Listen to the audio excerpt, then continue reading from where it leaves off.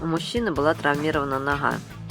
Через 2 дня после хождения с гипсом собаки научились дразнить его, подражать ему. Парень смеялся до слез.